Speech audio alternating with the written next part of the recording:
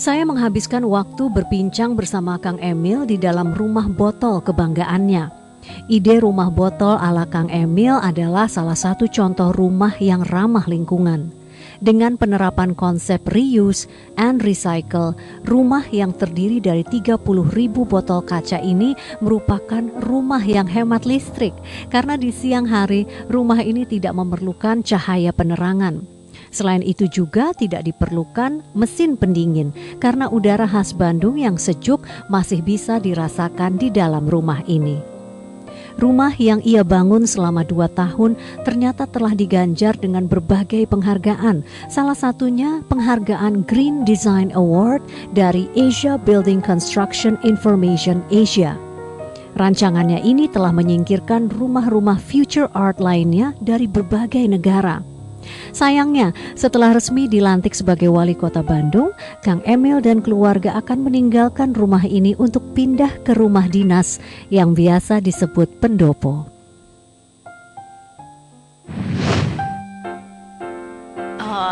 Ini ruang tengahnya. Ruang tengah, ini tempat kumpul-kumpul. Betul. Taruh dulu boleh ya, Kang? Iya, boleh. Taruh sini. Berarti ini tempat nonton TV-nya di sini, Kang? Iya, ini ruang keluarga dan open. Jadi angin semilir lewat ruang tengahnya di sana. Banyak sekali ya pokoknya ya, nggak mungkin panas lah ya. Iya. Nggak mungkin Teorinya panas. sederhana, makin banyak bukaan, angin kan makin lewatnya makin ada pilihan. Oke, dicatat coba itu teorinya. Makin banyak bukaan, Angin lewat makin banyak pilihan, akhirnya nggak usah pakai AC. Jadi kalau di Bandung ada rumah pakai AC pasti salah desain. Itu salah desain ya. Banyak sekali kan, Kang? Iya, harusnya bukaan aja kayak zaman Belanda dulu ya. Ceilingnya ditinggikan, langit-langit, bukaan dibanyakin, pasti ada. Nah, di Bandung banyak sekali apartemen-apartemen bermunculan begitu? Ya, saya kira nggak bisa dihindari ya sebagai kota metropolitan. Dulu Bandung kan didesain hanya untuk 300.000, sekarang 2,5 juta. Mungkin dalam 20-30 tahun jadi 4 juta. Tanahnya kan segitu-gitunya aja. Jadi memang tantangan di masa depan itu bagaimana membuat Bandung padat tapi nyaman. Sekarang itu padat tidak nyaman. Kuncinya itu. Kalau padat dan nyaman, ya apartemen itu memang salah satu pilihan ya. Tapi nggak hanya untuk orang kaya poinnya. Menengah bawah juga dengan konsep rusunawa, rusunami, insya Allah bagian dari prioritas saya juga. Oke, tadi kan prioritasnya segala sesuatu yang bermula di jalan begitu ya. Iya. Kemudian PR tambahannya juga membuat Bandung walaupun padat tetap nyaman. Betul. Begitu ya. Saya tidak tahu tuh ukurannya apa, tapi beri kami bayangan ya, Kang Emil, padat tapi nyaman tuh kira-kira seperti apa ya? Kalau kita ke kota gede misalkan ya di Jogja, itu kan konsepnya kampung, tapi kan bersih, resik, nyaman itu. Tapi kalau nyaman dalam skala tinggi ya mungkin kalau apartemen di Jakarta gitu ya, ada Taman Rasuna, ada kompleks apartemen lain misalkan, ya seperti itulah. Hanya harus adil, itu poinnya, bahwa ini bisa buat menengah atas, ada area juga rusun yang nyaman juga gitu. Saya kira kalau itu menjadi arah ya dalam membangun Bandung, dia bisa merespon tantangan zaman ya. Maka waktu kampanye kemarin kan saya 3 ya, unggul, nyaman, sejahtera. Kenapa unggul? Karena orang Bandung pintar-pintar. Secara SDM kita tuh banyak yang global kompeten gitu. Nah saya agak pede nih kalau saya rangkul. Ya nggak apa-apa, pede, harus pede. Iya. Si orang-orang pintar ini kan bisa jadi partner saya. Selama ini komunikasi agak kurang. Sekarang saya ingin jadi wali kota yang merangkul orang-orang cerdas, pintar, peduli. Nyaman tadi ya, masalah di jalan. Karena jalan itu ibarat urat nadi. Jadi kalau aliran darahnya macet kan sakit-sakit tuh semua badan ya. Dan Bandung termasuk yang sakit-sakit loh. Betul. Sekarang. Nah, terakhir sejahtera karena saya diwarisi 1,5 juta orang miskin dan 600.000 orang stres gitu. Jadi itu angka dari mana tuh 600.000 orang stres? Dari Rumah Sakit Hasan Sadikin. Jadi menurut Asosiasi Psikiater diduga ada 600.000 yang kombinasi dari tekanan ekonomi bertemu dengan kesemrawutan kota gitu. Jadi sudah secara ekonomi ada masalah, pas berkegiatan juga kotanya bikin stres. Karena kelihatan orang Bandung rada-rada pemarah sekarang. Jadi ciri kota stres itu melahirkan orang-orang pemarah. Nah, makanya saya ingin melahirkan kebahagiaan-kebahagiaan yang simpel. banyakin festival, bikin layar tancap di tiap RW gitu kan.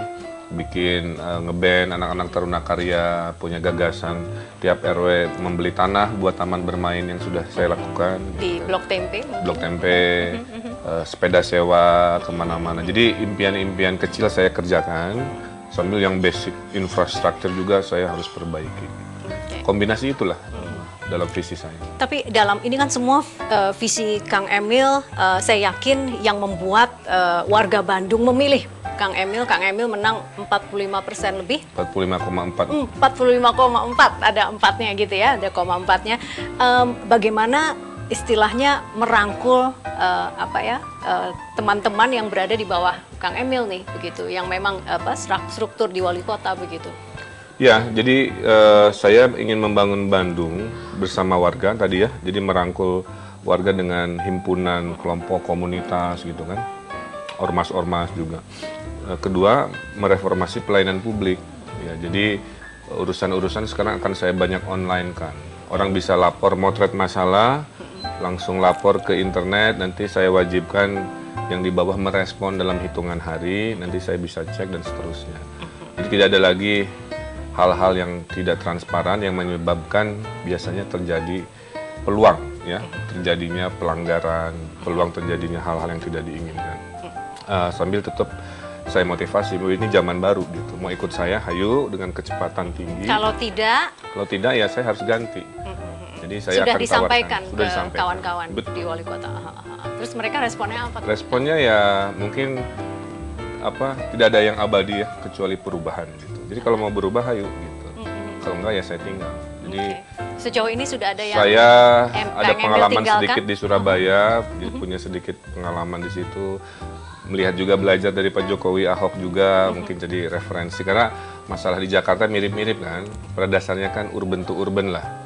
Bedanya di Jakarta mungkin 9-10 juta orang, saya 2,5 juta. Tapi problemnya sama urusannya. Urusan di jalan, urusan kekumuhan, urusan PKL, dan seterusnya. Jadi tapi Kang Emil tadi belajar. saya tanya, sudah ada yang ditinggalkan aparatnya begitu karena tidak mau ikut? Oh, karena belum dilantik, itu hanya pesan moral saja. Menyemangati bahwa nanti setelah dilantik gitu. Ini cara baru. Oke, ini cara baru. Oke. Nah, bicara soal salah satunya yang mungkin ada di Surabaya juga ya, kebun binatang nih. Apa kabar ya kebun binatang Bandung? Apa konsep Kang Emil untuk membenahi kebun binatang Bandung? Karena sekarang informasi yang kami dapat itu ada perselisihan antara dua yayasan yang mengelola. Ya, jadi Bandung itu kan kota yang didirikan oleh Belanda ya. Setelah Belanda pergi, itu asetnya banyak sekali. Jadi pada saat Belanda pergi itu, serah terima kepemilikan itu sering tidak seragam gitu. Nah, yang kebun binatang mewakili itu. Jadi seringkali banyak perselisihan. Jadi setelah saya dilantik, nanti saya akan list seberapa banyak sebenarnya aset kota ini. Dan menurut informasi banyak sekali. Hanya katanya berpindah ke sini, bertukar ke sana, dan seterusnya. Nah, kebun binatang itu masuk dalam konstelasi permasalahan ini.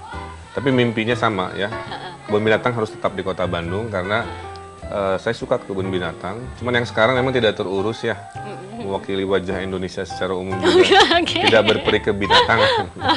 Kasihan. Oke, Kang, apalagi yang bisa kita lihat ya di rumah ini ya? Nah, di sini ada ruang tengah ya, tempat kita bercengkrama bersama keluarga, ada amphitheater juga, ada kolam renang juga. Oh, oke. Pokoknya memang ini jadi home sweet home-nya saya setelah lelah bekerja seharian. Iya, tapi kan nanti setelah dilantik akan pindah rumah? Ya, rencananya ke rumah dinas di alun-alun, ya, di mana jarak dari rumah dinas ke balai kota, tempat kerja juga tidak terlalu jauh. Jadi tetap komit, baik to work-nya saya lanjutkan. Saya akan launching Jumat bersepeda.